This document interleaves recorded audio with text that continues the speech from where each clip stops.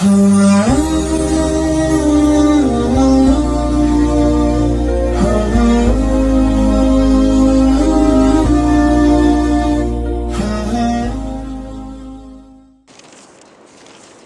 بالله من الشيطان الرجيم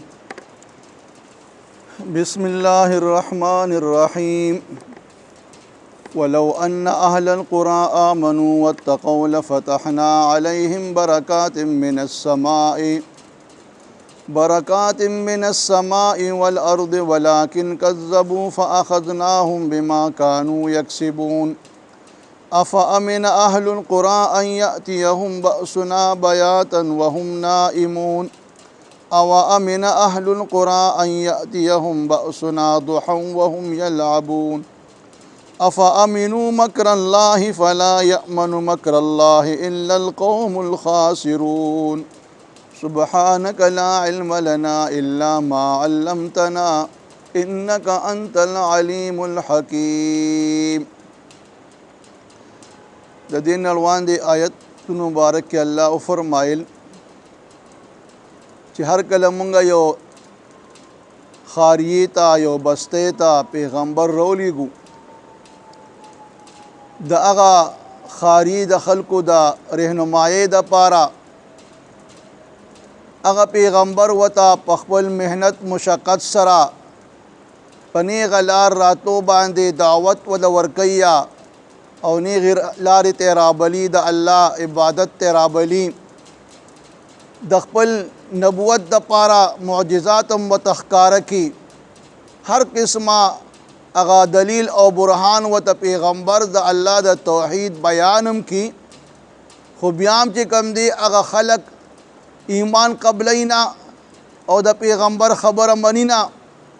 دغه دی کې الله بیا وی مونږ په دوی باندې ازمایښونه راولو امتحانونه پر راولو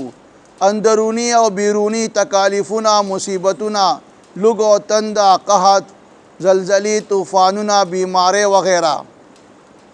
د دې لپاره چې دا خلق په دې خبره پوه شي چې تا خپل کرتوتونه ووري او توبه وباسي او زاری فریاد وکړي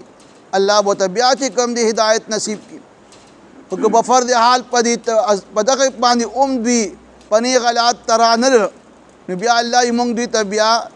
د برائے په ځای باندې د تکلیف په ځای باندې راحت او خوشحالي ورکو ولا مال دولت کې فراوانی راشي قوت صحت وته ملو شي او دغه دې کې دا بدنصیبه انسان چې کم دی چې کله د مالداری رااله او صحت طاقت قوت راغی نو دی په غفلت کې کوتاهی کې نورم سیوا شي او بیا الټه خبره دا کوي چرا دا تکلیفونه او دا خوشاله راحتونه دا چې کم دی دا د زمانی یو چکر دی زمونږ پلان نکانو باندې دغه شان چې کم دی کله کله به تکلیفونه راتله او کله به خوشحالی راتلی نو چې کله دا خبرې شروع کی نو الله یې بیا موږ ناصاف ونیسو او په بې خبرې کې هلاک او تباه کو. اوس دلته په دې آیاتونو کې الله تعالی د انسان د دنیا او د آخرت د کامیابی او د الله د عذاب نه د بچ کېدو ذرایع بیانوي چې په کوم څیزونو باندې به د انسان د دنیا او د آخرت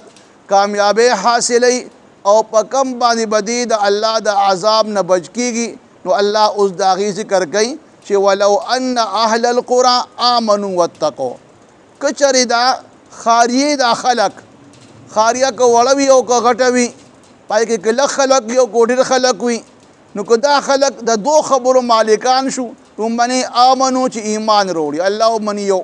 د الله عبادت شروع کی د الله پیغمبران ومني قیامت ومني دوباره جمع کېدل ومني ایمان چې کله راوړو او ورپسې بیا واتقوا او د الله د نافرمانۍ نه ځان بچ کی پرهیزګاري اختیار کی دا دو ذرایع داسې دي چې په دې باندې د انسان د دنیا د آخرت کامیابی هم حاصلولی شي او په دې باندې د انسان د الله د عذاب نه بچ کېدی شي نو الله بیا چې کله دا خلق ایمان وروړي او تقوا پرهیزګاري اختیار کی نو لفتحنا علیهم برکات من السماء والارض بیا د الله د رحمتونو برکتونو باران شروع شي الله بیا موږ په کولو کو په دوی باندې برکات د برکتونو دروازې د اسمان او د ځمکې نه د اسمان نه مراد خدا دی چې د اسمان نه باران وورېږي، دا یو برکت یو ذریعه ده.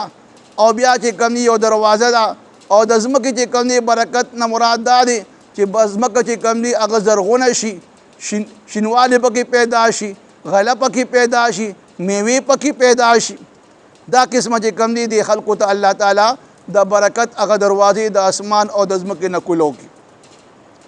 خو بیا هم چې کوم دی دا خلق ولکن کذبوا فاخذناهم بما كانوا یکسبون.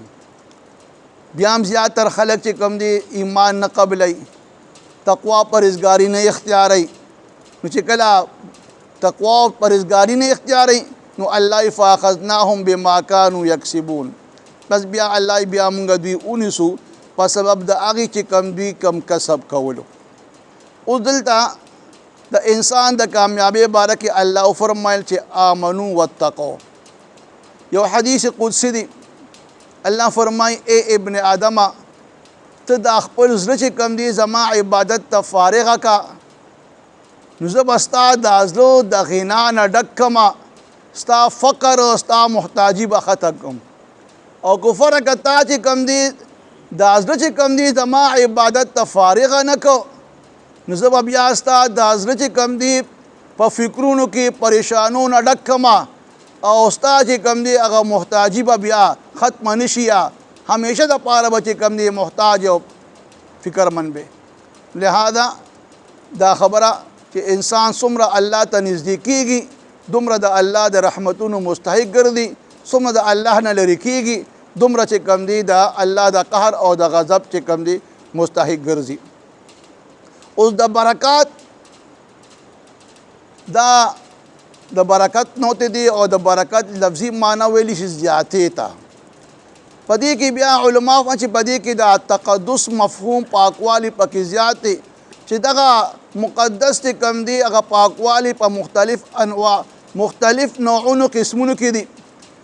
کله کله چې کم دی الله تعالی هغه سیز کې برکت په داسې حال کې پیدا کړي چې هغه سیز فی الواقع هغه سیوا کړي. لکه مطلب یو ځمکه ده، اول چې کم دی فرقه من غنم پیداوار کوي نو الله پکې برکت واچي، هماغه ځمکه په منونو باندې بیا پیداوار شروع شي. دغه شان میوې چې کم دی یو ونه ده، یو وخت کې به چې کم دی د هغې میوې په فرقه یو من میوه، کله الله چې پکې برکت واچي نو په منونو به هغه میوه سیوا شي. نو دا خو هغه فی الواقع زیاتوالی دی. خو بعضې وخت کې یو څیز به کم هم وي، خو هغه کم څیز کې الله دومره برکت واچي چې هغه د ډېر خلکو کار وکړي. د الله د پیغمبر معجزات مونږ ته ښکاره دي. په غزواتو کې د الله پیغمبر صحابه کرام کله کله د خوراک د کمی شکوه به وکړه چې خوراک کم دی.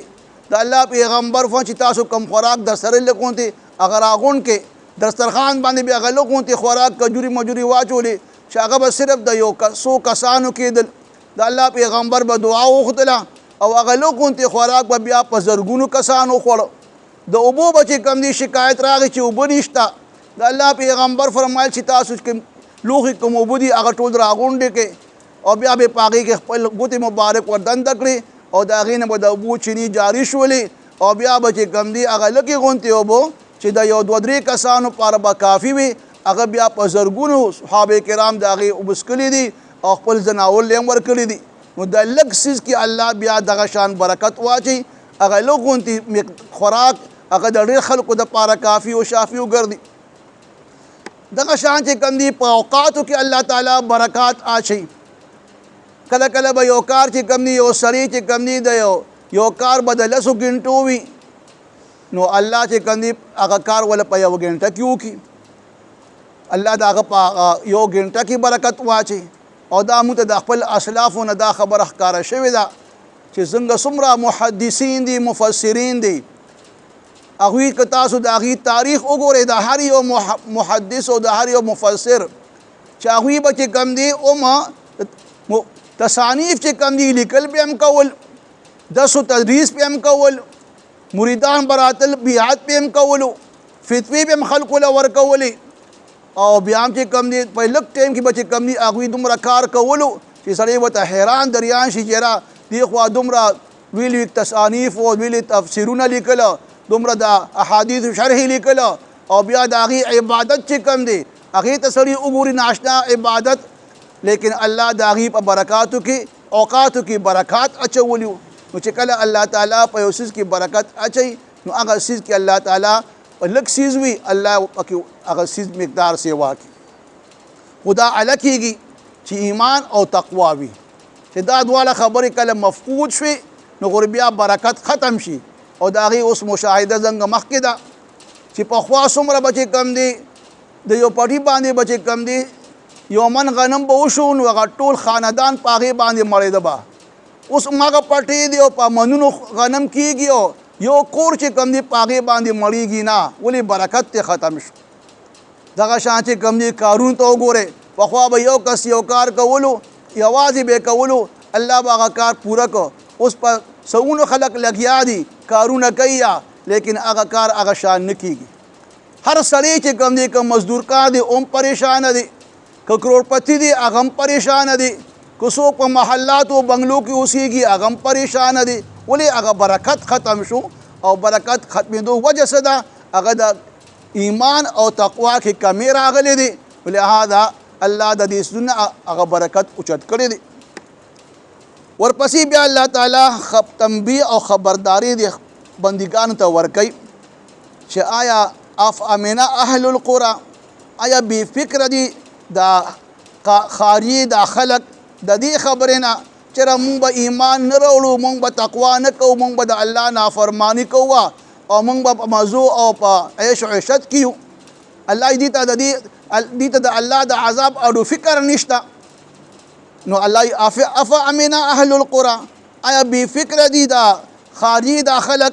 ان یأتیهم بأسنا بیاتا چې راولو په دوی باندې مونږه عذاب د شپې په اوقاتو کې وهم نائمون او دوی اوده وي. ډېر او تاسو دا مشاهده ده نن شل کاله مخکې په الجزایر کې چې کوم دی د شپې خلک اودو او زلزله راغله او په زرګونو کسان پکې مړه شول، لوی ښارونه په ځای راوغورځېدل. دغه شان بټګرام چې کوم دی نن څو کاله مخکې زلزله راغله د شپې خلک اودو او زلزله پرې راغله او ټول خلک چې کوم دی په هغې کې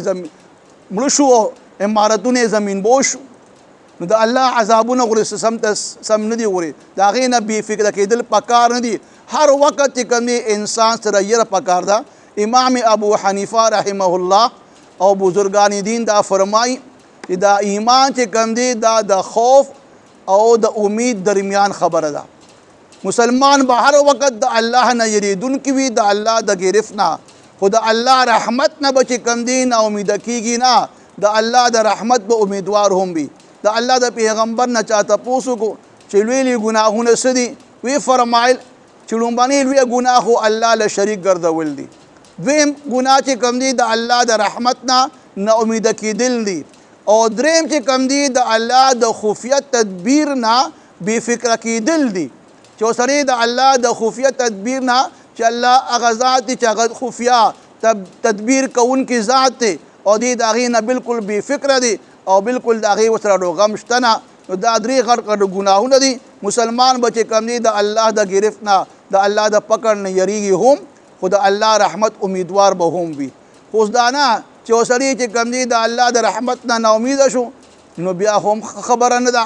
او دا هم نه چې راوي چې الله غفور رحیم دی او دی په ګناهونو کې زمری شو لګیا دی، ځان به هلاکت کندې تباهۍ ته وغورځوي. لهذا د الله د ګرفت نه به هم یریږي او د الله رحمت امید هم لري. نو الله وی آیا دا خلق د دې نه بې فکره دي چې را په دوی باندې عذاب زموږ راشي دروازې په ټایم کې د شپې په ټایم کې او دوی اوده وي؟ او یا اوامن اهل القرى، او یا دا خلق بې فکره دي د دغه علاقې یو کلي د یو ښاریې چې ان یأتیهم بأسنا ضحا چې په دوی باندې زموږ عذاب راشي د ماسپښین په ټایم کې یا چې کله نور خروخیږي دوحا ویلی شي دغه ساخت دغه 10 بجې ټایم یا 11 بجې ټایم یا 12 بجې ټایم چې دا خلق په وهم یلعبون او دوی په کیل کود کې مشغوله وي، په کاروبار کې مشغوله وي او دوی ته د الله د عذاب اړو فکر نه وي. نو آیا الله دوی له خبرداری ورکوي چې بنده هر وخت چې کوم دی ته د الله د عذاب نه ویریږه او ځان سم کا او صحیح کا. افامنوا مکر الله، او بیا الله وی آیا دا خلق چې کوم دی دوی بې فکره دي د الله د خفیه تدبیر نه. مکر ویلی شي د الله خفیه تدبیر ته. خفیه تدبیر چې کوم دی د الله چې کوم دی هغه ذات چې هغه خفیه تدبیر کوونکی دی او د بندګانو باره کې چې کوم دی فیصله کوونکی ذات دی. والله فلا یأمن مکر الله، پس بی فکر کیږي نه دا خفیه تدبیر د الله تعالی نه الا القوم الخاسرون، مگر هغه قوم چې هغه نقصانیان وي او نقصان پورته کوونکي وي. روایت کې راځي چې مسلمان چې کله ګناه وکړي دته به ګناه داسې ښکاري چې گویا د باندې دا غر په سر راوغورځېده. او د منافق مثال داسې دی چې هغه ته دا لوی لوی ګناهونه داسې ښکاري چې د هغه په پوزه باندې یو مچ ناست وي او دې لو غوندې لاس وخوځي او هغه مچ والوځي، دته معمولي غوندې د هغه مچ الوځولو چې کوم دی دا غټې غټې ګناه هغه ته داسې ښکاري. لهذا الله وي کم کسان چې نقصان والا دي نو هغوی به د الله د خفیه تدبیر نه بې فکره وي، او چې کم خلک هغه د ایمان خاوندان وي نو دوی به وړه وړه ګناه دوی ته به هغه به د غر نه زیاته ښکاري او د الله د عذاب نه به یریدونکي وي. ولو ان اهل القرى، کچرې د دې خاریې دا خلق اوسیدونکي خلق آمنو ایمان وروړي واتقوا او پرهیزګاري اختیار کړي نو لفتحنا علیهم، نو خامخا قلوبکم په دوی باندې برکات من السماء والارض، دروازې د برکتونو د اسمان نه او د ځمکې نه. ولکن کذبوا، لیکن دا خلق د خپل پیغمبر تکذیب کوي، د اطاعت په ځای باندې ورته دروغجن وایي او په معصیت او ګناه کې منډې وهي. نو چې کله داسې حالت راغی چې د خپل پیغمبر اطاعت په ځای باندې د هغه نافرماني کوي نو فاخذناهم بما كانوا یکسبون، بس الله بیا موږ ونیسو دغه خلق دغه علاقې باشندگان په سبب د هغې چې کوم هغوی دا کم کرتوت او کم کسب کوي یا د ګناه د هغې په وجه باندې الله دې موږ په عذاب کې گرفتار کړو. افامن اهل القرى، آیا بې فکره دي او په بې خوفه دي دا دې خاریې دا خلق ان یأتیهم چې راشي په دوی باندې بأسنا زمونږ عذاب بیاتن د شپې په اوقاتو کې وهم نائمون او دوی اوده وي. او امن اهل القرى، آیا دی بی خوف او بی فکر دی د دې قریې او د دې خاریې خلق ان یاتیهم چې راشي دوی باندې بأسنا عذاب زمونږه دوحن د ماسپخین په ټیم کې وهم یلعبون او دوی لوبو کې مشغولي او کاروبار کې مشغولي. افامنوا مکر الله، آیا دوی بی فکر دی د الله د خفیه تدبیر نه نو فلا یأمنو، پس بی فکر کیږي بنا مکر الله د الله د خفیه تدبیر نه الا القوم الخاسرون، مگر هغه قوم بی فکر کیږي چې هغه نقصان پورته کوونکي وي. ولو ان اهل القرى، کچرې د دې علاقې دا خلق آمنو ایمان وروړي واتقوا او پرهیزګاري اختیار کړي نو لفتحنا خامخا موږ به کلو کو علیهم په دوی باندې برکات من السماء والارض، د برکت دروازې د اسمان نه او د ځمکې نه. ولکن کذبوا، لیکن دوی نسبت د دروغو کوي خپل پیغمبر ته کوو نو فاخذناهم، پس بیا ونیسو موږ دوی لره بما كانوا یکسبون، په سبب د هغې چې کوم دوی کسب کو د نافرمانۍ یا د خپل پیغمبر د تکذیب کولو. افامن اهل القرى، آیا بی فکر دي دا خاریې دا خلق ان یاتیهم چې راشي دوی باندې بأسنا عذاب زمونږه بیاتن د شپې په ټیم کې وهم نائمون او دوی اوده وي. او امن اهل القرى، آیا بی فکر دي دا خاریې دا خلق ان یاتیهم چې راشي په دوی باندې بأسنا عذاب زمونږه دوحن د ماسپخین په ټیم کې وهم یلعبون او دوی په لوبو کې او په کاروبار کې مشغولی. افامنوا مکر الله، آیا بی فکر دی بی فکر کیږي د الله د خفیه تدبیر نه نو فلا یأمن مکر الله، پس بی فکر کیږي نه د الله د خفیه تدبیر نه مگر هغه خلک بی فکر کیږي چې الا القوم الخاسرون، هغه قوم چې هغه د نقصانیان وي او نقصان اوچتونکي وي.